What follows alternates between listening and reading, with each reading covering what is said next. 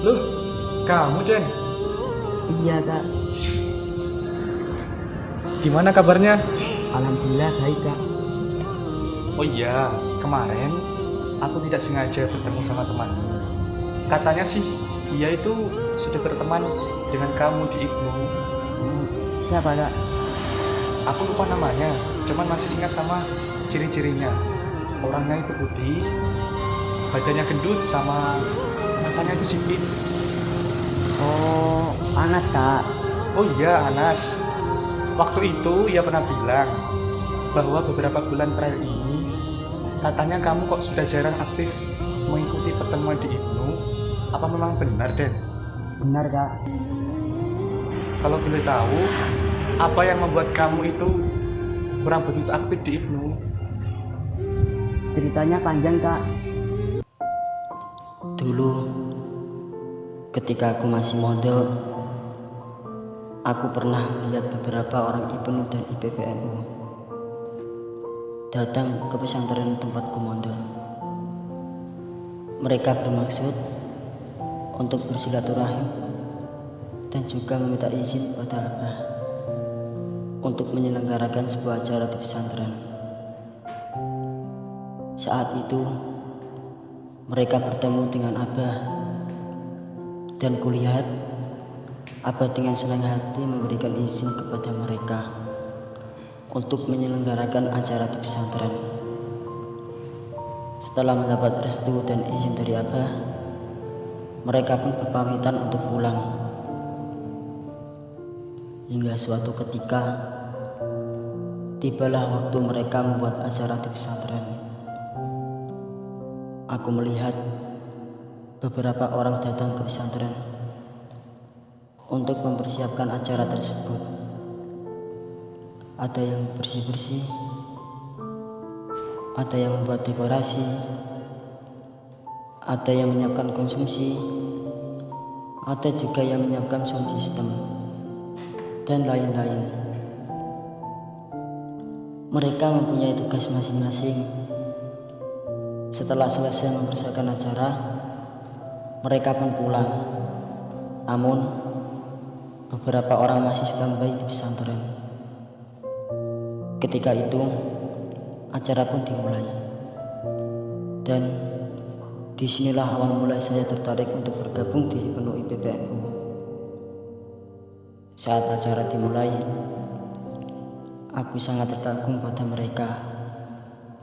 Aku melihat orang-orang muda seumuranku yang memiliki bakat luar biasa.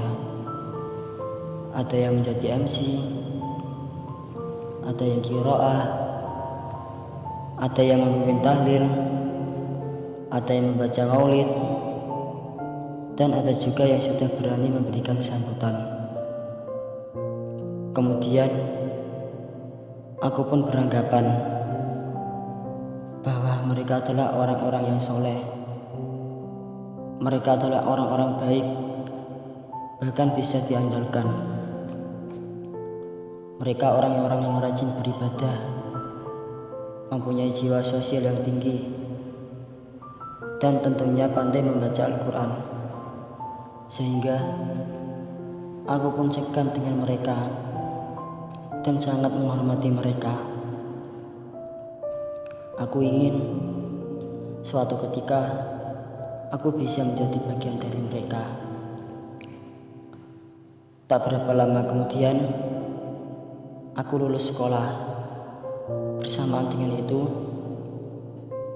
aku mempunyai keinginan untuk melanjutkan kuliah di universitas terfavorit di Jepara. Karena hal itu, aku minta doa restu kepada Abah dan minta izin untuk meninggalkan pesantren. Setelah mendapat izin dan restu, aku pun pulang. Namun, karena keterbatasan biaya, aku tidak jadi melanjutkan kuliah dan berencana untuk mencari pekerjaan.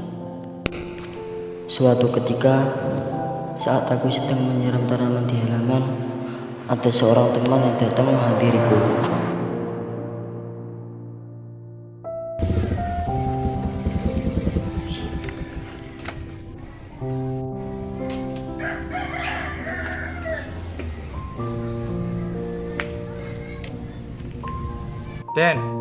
Den, lagi ngapain Den?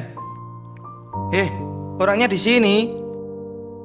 Loh, kamu Tonas, kirain orang. Lah ya orang, masa kambing? Lagian kamu sih manggil-manggil gak pakai salam. Lah ya maaf. Assalamualaikum warahmatullahi wabarakatuh. Waalaikumsalam. Aku ditawari untuk bergabung di IPNU oleh Anas. Tanpa pikir panjang, aku pun mengiyakan saja tawaran dari Anas. Karena itu memang suatu keinginanku waktu masih di pondok dulu. Dengan bergabung di IPNU PPNU, aku ingin belajar ben panjang umur ngoten dan ya Pak ya. diriku untuk menjadi orang yang lebih bermanfaat. Tak berapa lama kemudian, aku diajak oleh Anas untuk mengikuti kegiatan. Beberapa pertemuan dan kegiatan telah aku ikuti hingga aku telah resmi menjadi pengurus di IPNU. Setelah kurang lebih 1 tahun berjalan, aku merasakan ada sesuatu yang aneh. Aku merasa aku sudah tidak tertarik lagi dengan IPNU.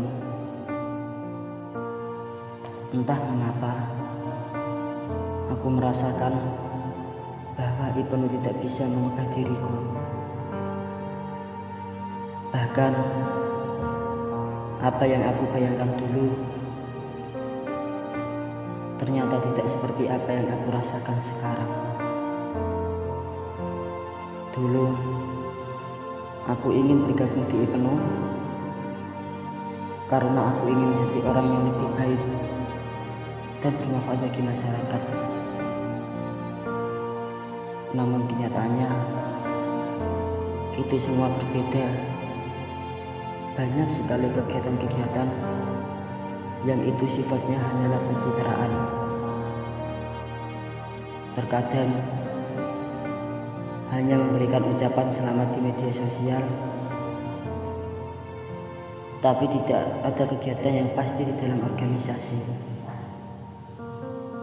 Banyak pengurus yang pasif ketika rapat, tapi jarang sekali diajarkan untuk membuat forum diskusi. Bahkan seringkali lebih mementingkan kegiatan daripada waktu untuk beribadah. Itulah alasan mengapa sekarang aku jarang aktif mengikuti kegiatan. Den, apa kamu masih ingat dengan Nazril? Dulu dia adalah orang yang nakal. Setiap hari kegiatannya hanyalah nongkrong, berjudi, sabung ayam, nonton, dan mabuk-mabukan. Hingga suatu ketika, ia diajak oleh saudaranya untuk mengikuti kegiatan di IPNU. Setelah ia mengikuti kegiatan itu, awalnya memang dia penasaran. Dan setelah mengikuti kegiatan-kegiatan selanjutnya, ia merasa IPNU IPPNU itu aneh. Masa kegiatan kok seperti itu? Setelah tahlil kok ada nyanyi-nyanyi? Kok malah kayak orang non-muslim? Terus disuruh riwa-riwi kok tidak ada uang transport? Kegiatan kok banyak yang cuma gerutan-gerutu? Hingga suatu ketika ia terbawa arus dan suasana di IPNU IPPNU. Dia bahkan malah aktif dan menjadi penggerak di IPNU IPPNU.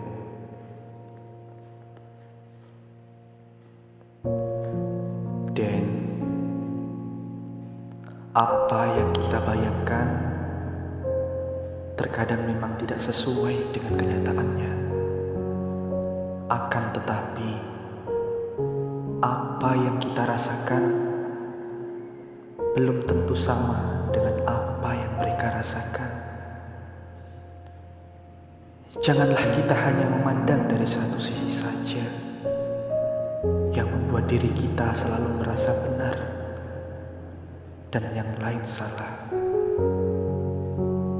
Itu egois. Jika memang ada suatu permasalahan, janganlah kita menghindar begitu saja. Namun selesaikanlah dengan cara berpikir yang lebih dewasa. Memang perjuangan tidaklah mudah. Kita harus mengorbankan banyak hal demi sesuatu yang ingin kita capai. Mengubah sesuatu itu memang tidaklah seperti kita membalikkan telapak tangan. Apalagi di IPNU IPPNU. Yang kita hadapi bukanlah orang yang hanya memiliki satu pandangan saja. Bahkan kita harus menghadapi orang yang memiliki karakter dan sifat yang berbeda-beda. Kita harus bisa menyesuaikan diri.